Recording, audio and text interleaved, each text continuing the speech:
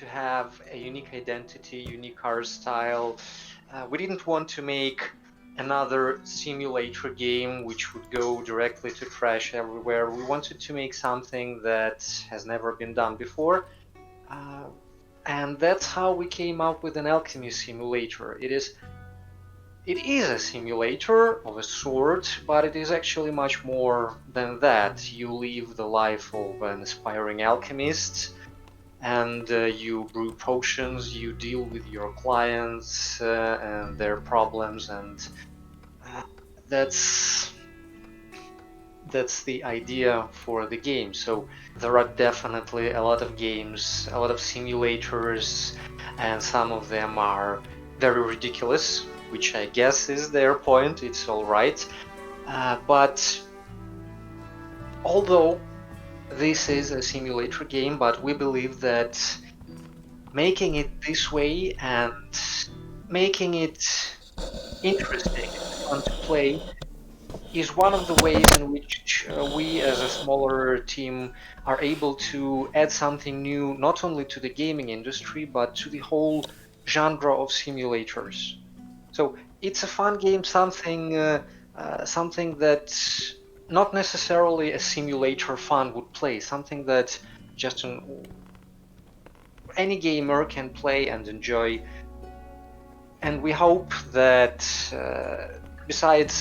most of all, we hope that gamers would love the game and they would enjoy playing it very much. But we also hope that by adding this game to the genre of simulators, we make it a bit of less of a problem, so that from this day, now we have released the game, from this day not all simulators are the same. They don't all have the same art style. Now there is a simulator game that is different, and we think this is a very good thing. This is just the art style that we enjoy very much, and we think that it fits the game, it fits the gameplay, and it fits the atmosphere perfectly. What we tried to do, of course, is to make this game accessible and interesting to as many people as humanly possible, but of course that's not always possible in reality. So this game is mostly oriented on casual players. In its essence, this is a puzzle game. With every potion, with every contract, you are solving a puzzle. How to make it in the most efficient way, how to deal with your ingredients and with the production process the most efficient way. Therefore, we believe that this game would be enjoyable to people who love puzzles. On another side, this is a very casual game, but casual in a good sense. This is a game that's not stressful. When we were making this game, one word would pop up very often: meditative. We really wanted this game to be a relaxing experience for people to do after work or after a hard day at school, so that you can open the game, finish a contract or two, listen to the wonderful soundtrack, enjoy the fantasy environment, and relax, prepare yourself for the next day. This is a fantasy world, but this is very much a world that we know. Although throughout the game you will not leave your apartment, your laboratory, and you can only glimpse outside your windows to see a little bit of an outside world, but in reality all you see is this house. Although through your quests, as we call them, contracts in the game, you will experience stories of other people. This is like those novels, maybe you've read some of those, that are being presented to a reader in forms of letters. So the whole narration is presented to a player in the shape of contracts and replies of our manager, who's our ret, when we submit the potion for the contract. Therefore, we were very much free in terms of how the world can be presented, what can be happening. The main question here that our viewers can be wondering is do we have do we play in the past of our worlds? Do we play in the present, or where the hell is everything happening? The answer is that's a secret, because alchemists are very secretive people. They try to keep their stuff away from people. I can tell you that chronologically, this world is somewhere around our time, but at the same time, people from this world, they can be visiting our world. They can be, for example, the grandfather, he's traveling all over the world and he's visiting real places and he's encountering real people from the history of our planet. But at the same time, we cannot go there.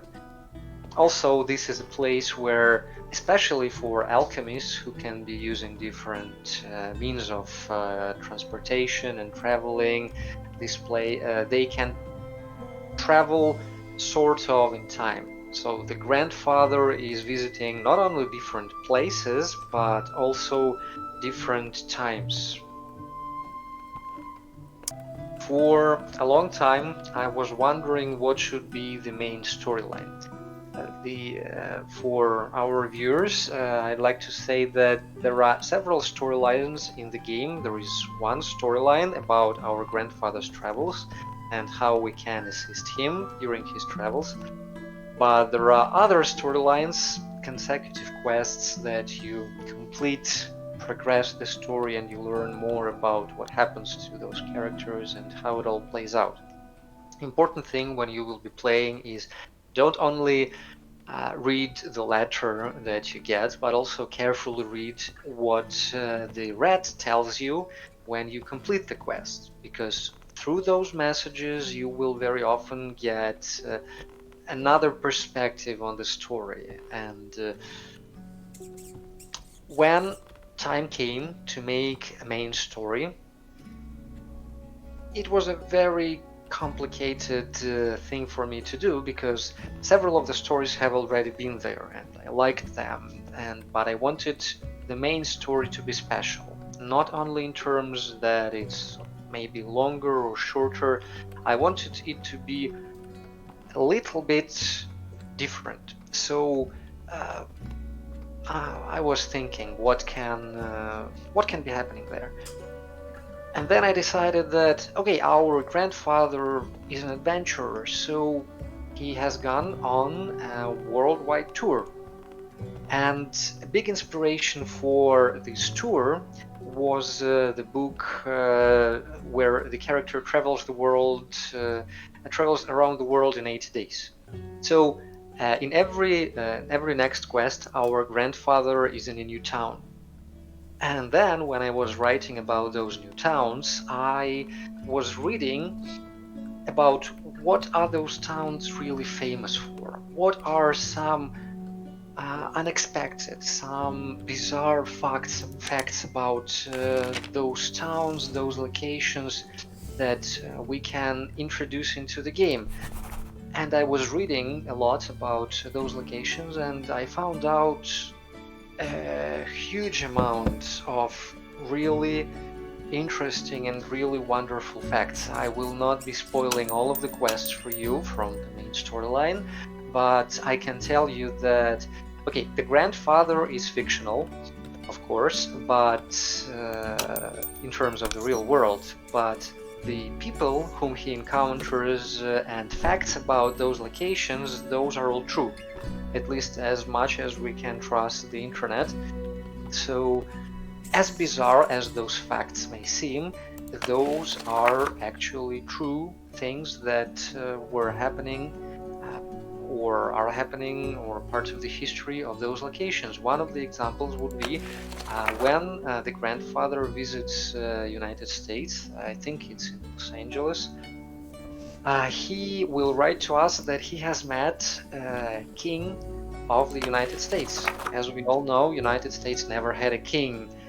Well, we all know wrong. As it turns out, there was a person in history of the United States of America who has proclaimed himself as the King of USA. This may have been a big joke for him and his friends, but when he died, 10,000 people were attending his funeral to pay their respects. And those are actual real facts, and there are a lot of facts like that in those quests. So when you read them, hopefully you will enjoy those stories.